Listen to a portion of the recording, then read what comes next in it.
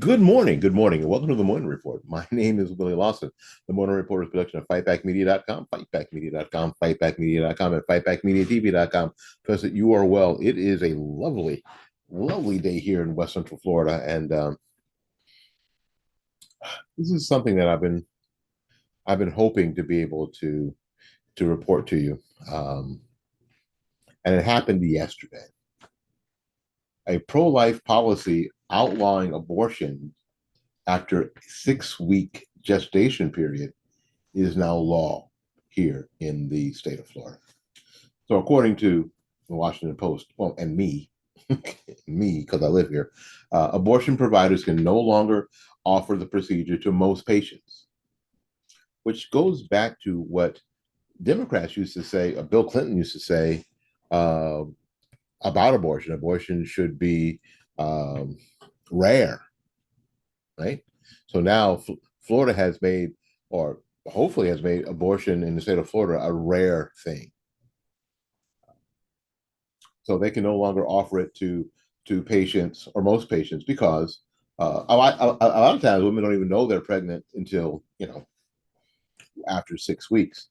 So now, so you go to the doctor and you find out you're pregnant, or you take a pregnancy and you find out you're pregnant. You find out how long you've been pregnant. Then you have some other choices to make. One of the choices isn't abortion. Uh, the Post noted that the heartbeat law specifically, is widely expected to be the biggest jolt to abortion access across the country. Yes, the deal is, I think it's time for Republicans and conservatives who are pro-life to be pro-life and really start to make it. And you know that whole deal about not being racist, that you're anti-racist.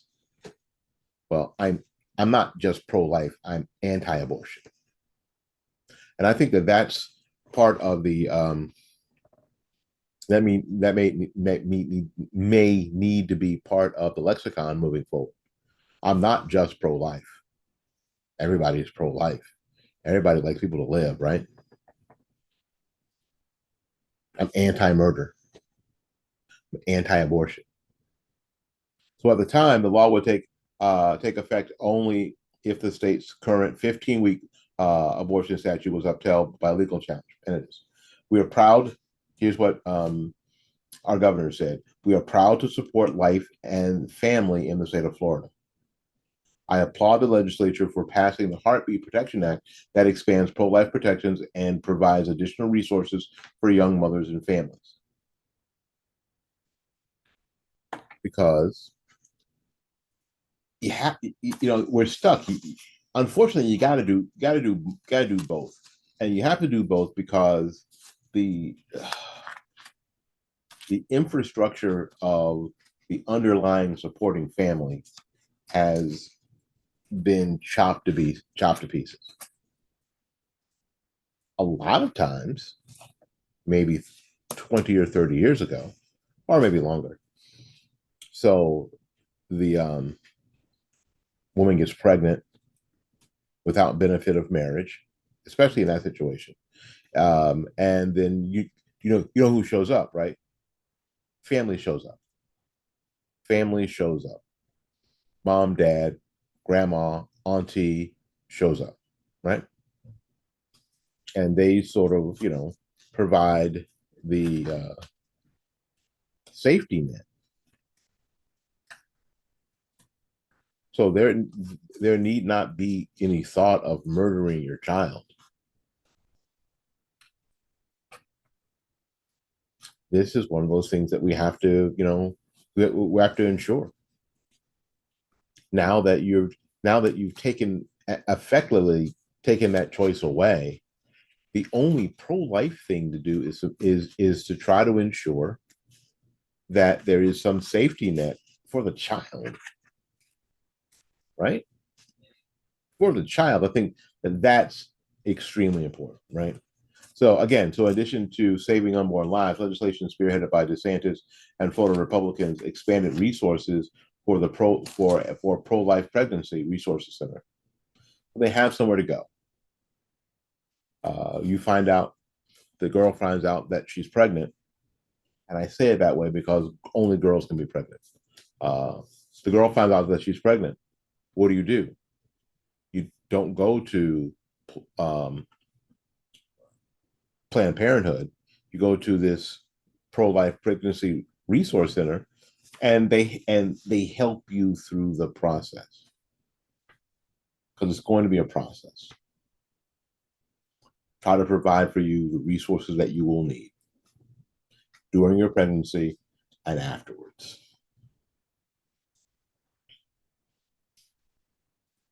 One of the options that's been taken off the table for a lot of people, fortunately, is murder, and the guilt that women feel so often after the murdering of their child. Anyway, so and in a press release from DeSantis' office highlighted his administration's framework for freedom budget, which includes permanent sales tax exemptions for permanent. Listen to what I'm saying. Permanent sales tax exemptions for baby and toddler necessities. So now in the state of Florida, raising a baby and a toddler is less expensive. Raising a baby and toddlers in Florida is less expensive due to the framework for freedom budget. That's a lot, folks, and that isn't just for people who might have aborted their children. That's a lot for the rest of us. Not me. A little late for all that, but you know what I'm saying. So Florida families just found it less expensive to raise their children. They're the infants and toddlers. So you can bring up, people's right to choose to murder all you want. This system, this developing system, is much better. Is it perfect? Not at all, because I think that murder should be illegal forever. I am somebody who believes that life starts at conception. Conception. Because that's the only way to ensure that you don't get pregnant. Don't get pregnant if you don't want to. I mean, in the state of Florida, do not get pregnant if you do not want to have a baby. Do not have sex if you do not want to have a baby. That's what I should have said. Do not have sex. Do not have unprotected sex if you don't want to have a baby. Mm-mm. I'm 63. I don't believe there are oopses and mistakes. Oop, made a mistake. Make a mistake. A mistake is that if you put too much lemon zest in the in the key lime in the key lime pie recipe, there's some spilled in there. Oops, oh crap, that's a mistake. Having sexual intercourse, knowing that you're not on birth control, and the person that you're having intercourse with is not using any sort of birth protection, that's not a mistake. That's irresponsible behavior.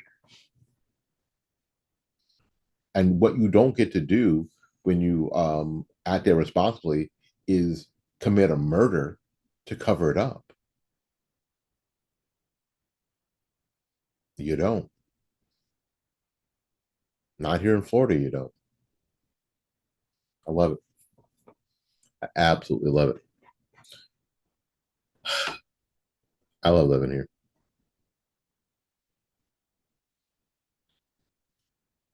Okay, let's see if I can find this other thing. Um, I mentioned that there's some pro-Hamas protests at the University of Florida, and there were some at Florida State too, because Florida State, where I went to school, has forever been known as the Berkeley of the South. It's fairly liberal. It's a fairly liberal place. It's two big colleges are there, both Florida A&M and Florida State are there, and Tallahassee Community College. It's the state capital, so it's in a weird place. And for those of you who don't know about Florida, Tallahassee, Florida, is the capital of Florida, by the way. Um, and Tallahassee is in the northern part of the state. Just as you get to the, you know how the state goes up and then it crooks. Let me do it on the camera. Then it crooks across. Yeah, it's just as that crook started. They call it the Big Bend. So it's in the Big Bend area of Florida. And it's not, Tallahassee especially is a lot more blue than people think. Um, and of course, universities just in general are a lot more blue than the surrounding areas. And you'll find that actually all over the country. All right. Well, these protests started happening at the University of Florida, and the University of Florida put out this statement. Let's see, it was the communications director. Let's see if I can find the communications director's name. His last name is Sassy. He says this. This is not complicated.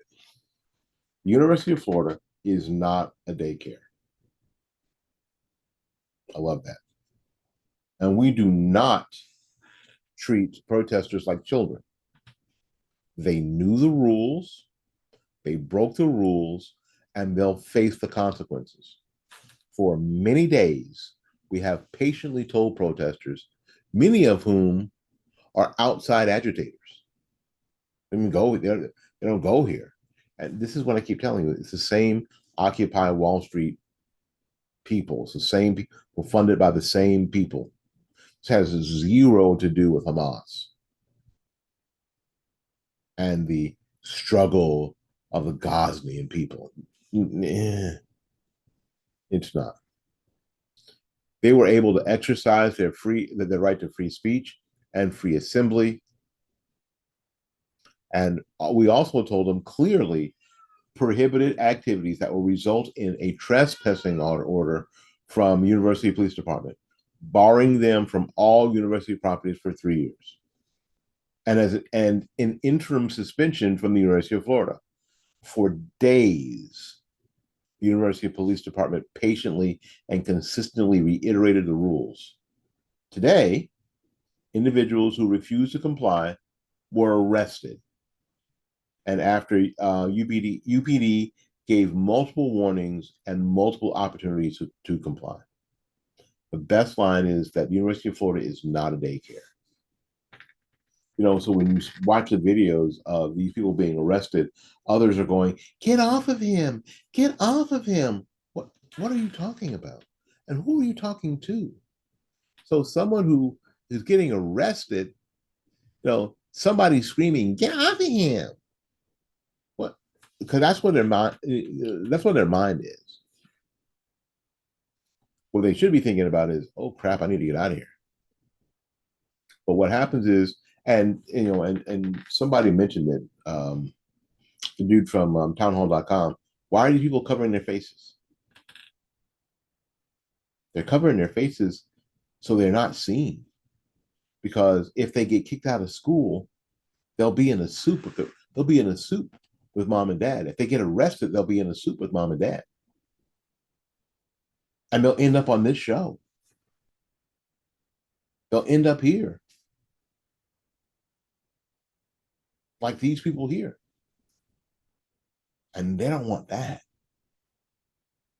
Which means they're really not, you're really sort of half-ass Hamas sort of support. You're just out there because everybody else is, right? You're a sort of kind of person. You're protesting and you don't even know what you're protesting. You feel such a need to belong to something, that you will identify with anything. You'll identify with being a cat, right? Boys will identify with being girls, and girls boys, and whatever, because you just don't know you don't know what else to do. But the University of Florida says this is not complicated. The University of Florida is not a daycare. We do not treat protesters like children. They broke the rules. They knew the rules, they broke the rules, and now they're going to face consequences. All there is to it. I can't say that I've ever cheered the University of Florida on, being a Florida State alum.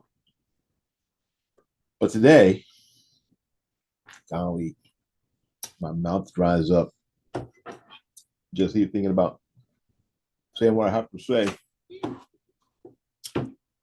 Go Gators.